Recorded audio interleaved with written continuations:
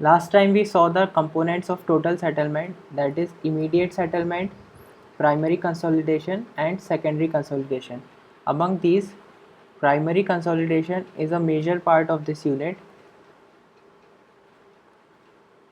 So let's see the factors that affect this primary consolidation.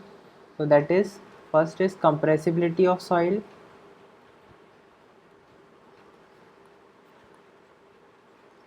and then magnitude of stress increase,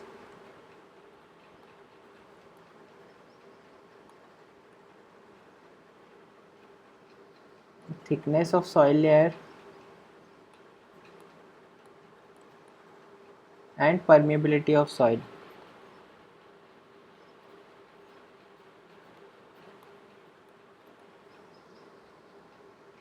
Now we are well aware with the permeability. Thickness of soil layer means the thickness between the drainage path of the layer. So the place where the from where the pore water can go out. So that part will form the thickness of layer. And magnitude of stress increase means the change in the effective stress or increase in the effective stress. Now here we will see more about the compressibility of soil. So we want to quantify the compression that is going to take place in the soil. So for that we have to understand how this compressibility works. So why we are using it? It is for quantifying the magnitude of compression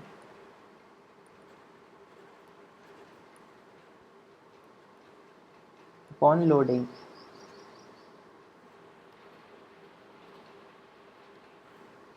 There are several factors upon which this compressibility of the soil will depend, and the first is the soil type, and after that second is the stress history, and the magnitude of effective stress. So let's see here one by one. Soil type means that how rigid the soil skeleton is, that these soil particles will be holding each other. So how rigidly these are holding each other, so that will define our compressibility. So when we'll put some load, because of this rigidity, it can go under more compression or less compression. So it is depending upon the soil type. So we know that if we do the classification, there are two types of soils, that is coarse and fine. That means clayey soils. In case of coarse grained soils, the permeability is very high. So when the load is placed upon this soil, if pore water is there, this pore water can easily drain out, and because of that, if some settlement has to happen, it will happen immediately. And these particles are rigid also, so the amount of settlement will be low. So if we talk about the structure that is being constructed on a coarse grained soil, so what will happen during the construction period only, settlement will occur, and no further settlement. So for coarse grained soils, we can say that if it is coarse grained soil, then compression will happen immediately and the amount of compression will be low. These 2 points are there. And next is the fine grained soil. So for fine grained soils, we know that the permeability of the soil is low, and so if pore water is there in the pores, so it cannot drain out easily, cannot drain easily. So it means that if some load is placed upon this soil, so it will take a long time. long time for this pore water to go out, and unless this pore water goes out, this compression cannot happen. So it will take a long time for compression. And the next part is the rigidity is also low in case of clayey soils as compared to the coarse grained soils is less. So because of that, more compression takes place. So there are 2 points, that is, because of this low permeability, the time taken in compression will be much more, that is, it can be in months or years. And whereas in case of coarse grained soils, it can happen within minutes. So that is the effect of soil type. Next is the stress history. Stress history means the stress that the soil has faced in the past. So because of this stress, the soil will behave differently. So if let's say if we are placing some stress sigma for the first time on the soil, so because of that, more compression happens in this soil,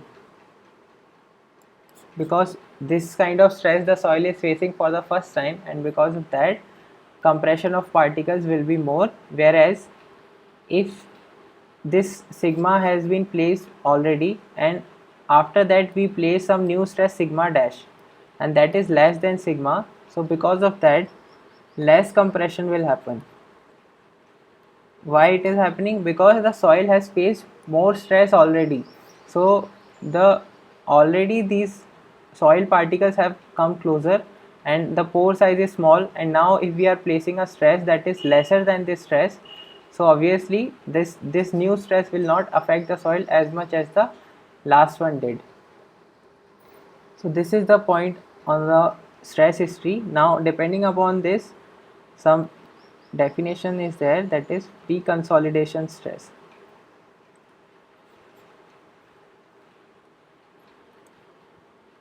Pre-consolidation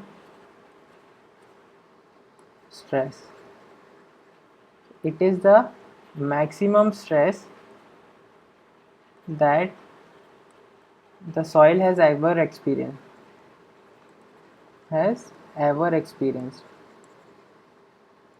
And depending upon this maximum stress, let's say it is sigma c, so we can define our soil as normally consolidated if the present stress, that is sigma, if this sigma is equal to sigma c. So the present stress is the maximum that the soil has ever faced, then the soil is normally consolidated. And similarly, the soil is classified as over consolidated if this present stress is less than the stress that the soil has experienced before. It means that it is more consolidated already. We are saying it as over consolidated. And now a ratio is defined, that is over consolidation ratio,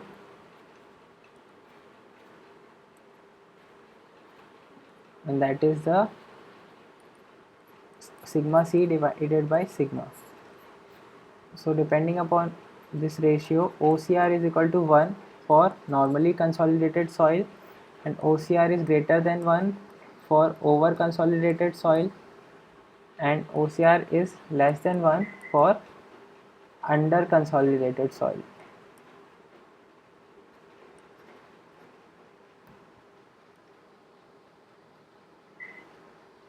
Now, what are the reasons because of which this pre-consolidation happens?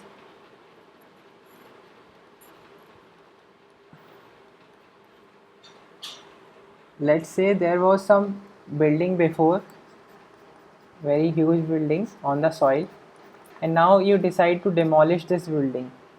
Now because of this building, some stresses had occurred in this soil, and because you have demolished this building, now this soil is free of those stresses, but the effect of this stress has already taken place, so the soil has become over consolidated. Now if you make a building that is smaller than this, or any structure that is not producing as much as stress that similar to that which was produced before, so it will not go under much compression, is will be less. Similarly, due to erosion also it happens. So if let's say some rock is there on the soil, but with passage of time, this rock has eroded, and because of that, this soil has become pre-consolidated. And one more example is in case of glaciers. So glaciers, we know they move with time. So if some glacier is placed above it, so it will move away after some time. Maybe it will take years, but it will move away. So the soil will become pre-consolidated. So these are the some examples how the soil becomes pre-consolidated. Now let's see these curves that are drawn by testing a soil in consolidometer. So it is the E versus sigma and E versus log sigma curve. So this is the effective stress and void ratio. Now when the effective stress is increased in the soil, so because of that, in this part, this is part of the stress that the soil is already experienced, so it will go under recompression. Recompression means that this compression was there already. I mean, it had seen this compression, but we are now again doing this compression, so it is the recompression part. But after this point A, there is a sudden breakdown in the structure. It means that this part of the stress AB, this is the stress that soil had not experienced before. So because of that, sudden change in void ratio will take place with the increase in effective stress. That means more compression. Void ratio is decreasing, that means the soil grains are coming closer because volume of voids is decreasing. It means that the soil is compressing. So in this part, sudden compression is taking place, and so from A to B it is called as the virgin compression curve. And let's say after point B we start to unload this soil. So as we remove these stresses, because of that the expansion takes place, and so the volume will increase again. But this volume increase, even after this volume increase, the soil will not regain its original position which was here. Now after the when we reduce this stress to 0 again, so the soil has reached to this point C, it did not reach to this top point. So it means that a permanent change in the structure has taken place in the soil. So that's what how we saw the stress history, that some permanent changes occur in the soil. Now after this point C, if we again put some stress, if we start loading this soil again, so this part CD of the curve forms, and the slope of this curve is not as much as the slope of this part AB. It means that the void ratio is not decreasing as fast as it was decreasing in the part AB. It means that the compression is less. Why it is less?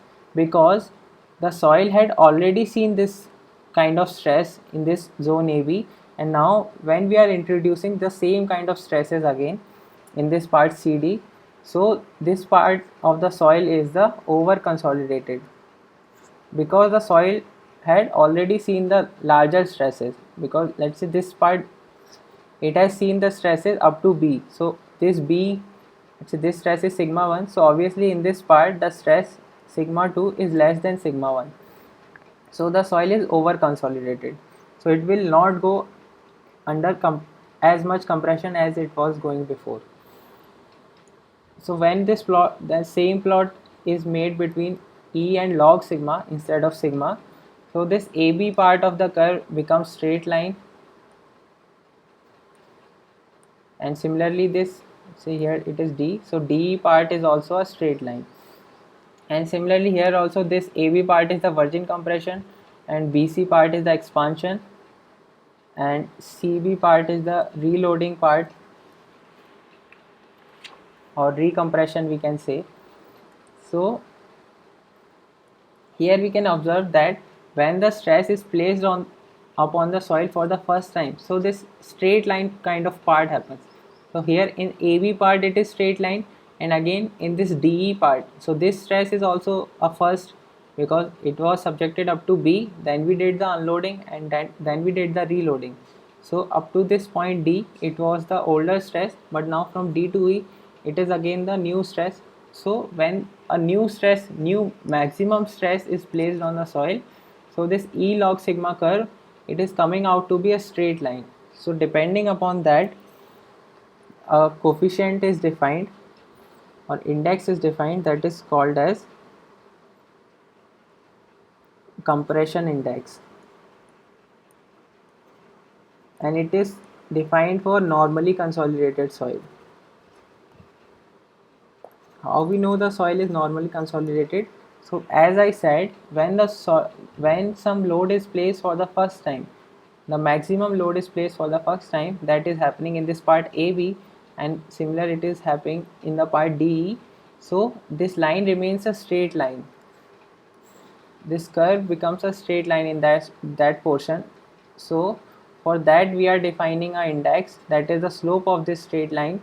Let's say here the void ratio is E1 and here it is E2. The similar stress is here sigma 1 and sigma 2. This is sigma 1 and sigma 2. So the compression index is equal to Cc, that is E1 minus E2 divided by log sigma 2 minus log sigma 1, and that is base 10. So Cc is equal to delta E divided by log and sigma 2 upon sigma 1. So this parameter is defined for normally consolidated soil, and it is not a function of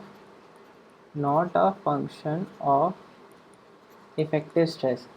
So as we saw here that AB part and DE part is a straight line, and this straight line is almost the same. If we did not have done this expansion part or this reloading part, so this soil would have gone upon this path ABDE. So that is a straight line and the slope is not changing of that straight line. So we are taking the slope as the compression index, so that is not a function of effective stress. And so here we found out that for a normally consolidated soil, E versus log sigma curve is a straight line. E versus log sigma is a straight line. And for a over consolidated soil, what happens? Let's say for a over consolidated soil.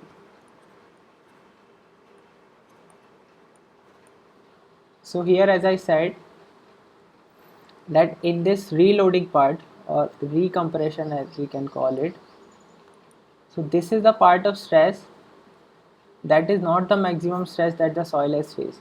Soil had faced up to the maximum stress up to B, but this stress is less than B. So this part of the soil, as I said, it is the over consolidated soil. And how this curve is looking, it is the convex upward curve. So here we can say that for a over consolidated soil, E versus log sigma curve is a convex upward curve. So that is it. That is the part for over consolidated, it is a convex upward, and for normally consolidated it is a straight line. Now in this expansion part, in the same plot, when expansion is happening, that means when we are removing the loads in this part B to C, when we are going B to C, when we are decreasing our stresses, so the volume of the soil is increasing. I mean that the void ratio is increasing. Void ratio is increasing, that means the volume of soil is increasing. That means the soil is swelling up. So for this part, another index is defined, that is the swelling index.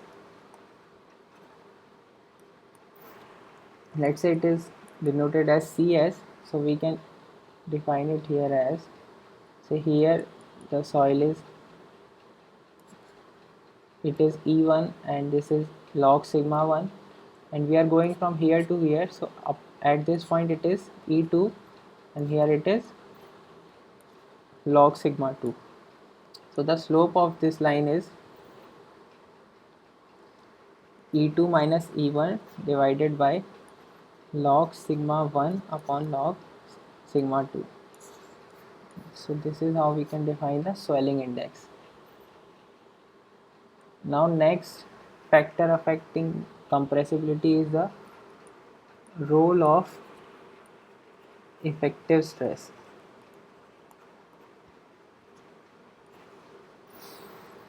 So as I discussed in the last video also, that when on a soil sample, when some stress increase takes place, so if pore water is there and the permeability is low, so this water cannot drain out easily, so the stresses will build up in the soil, will build up in this pore water. So if this piezometer is inserted, so it will rise above this its hydrostatic level, and because of that flow of water will take place, and after this it has reached the hydrostatic condition again, then only after that the effective stress will increase in the soil, and simultaneously the settlement, which means the compression,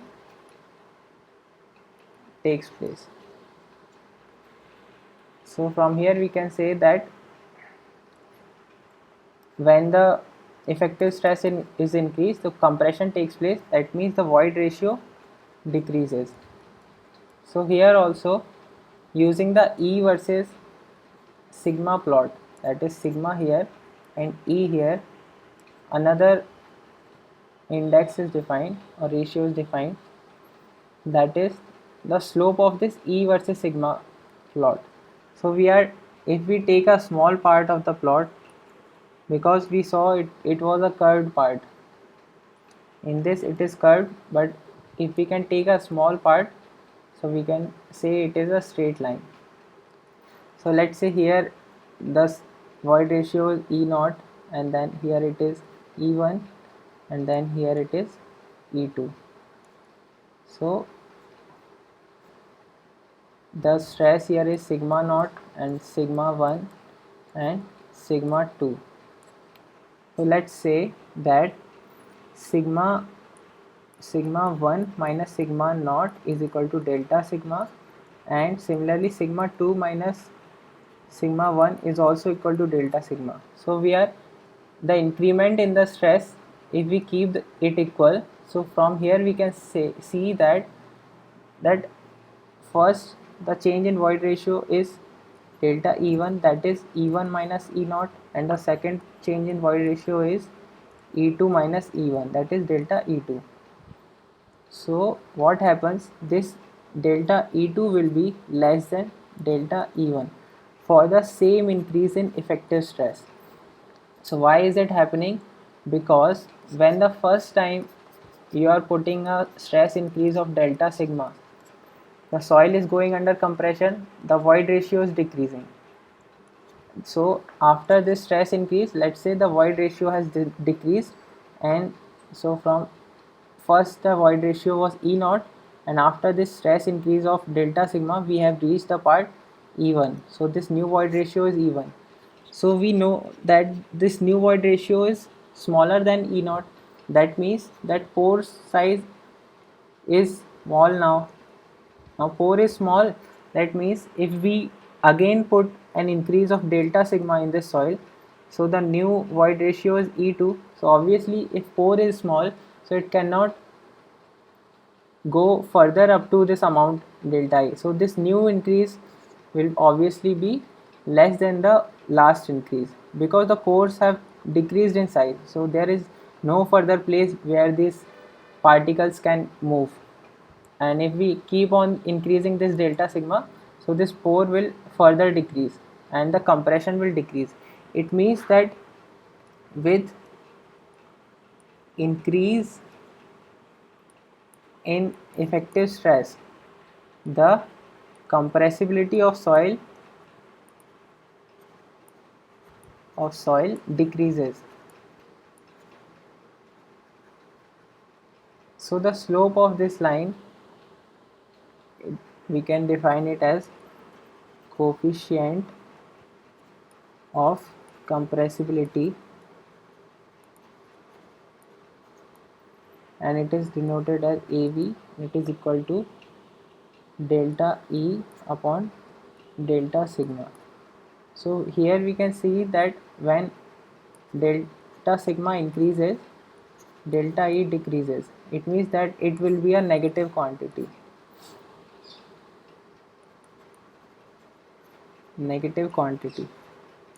But as we are saying here itself that it is a negative quantity, so if it is there in a question, so AV will use positive sign for it, because here already we have said that it is a negative quantity.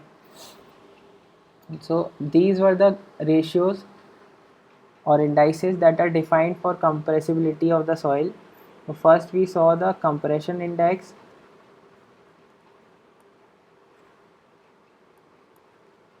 and second is the coefficient of compressibility,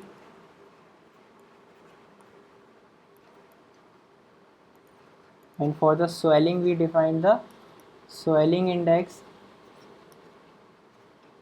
So these two are for volume decrease and this is for volume increase. And apart from these, there is one more, coefficient of volume compressibility. So that we'll see later when we read about the experiments that are used for consolidation. So these three are the coefficients that are used to quantify the compression, and after that there will be another coefficient, that is coefficient of consolidation. So I am telling here itself this thing because you should not confuse between these coefficients and the coefficient of consolidation. This happens because it all sounds similar. So in this lecture I have talked about the compressibility, and initially we have seen the ratios that are defined for compression, and later we will see for consolidation, so don't mix it up. And that's all for this one. Thank you.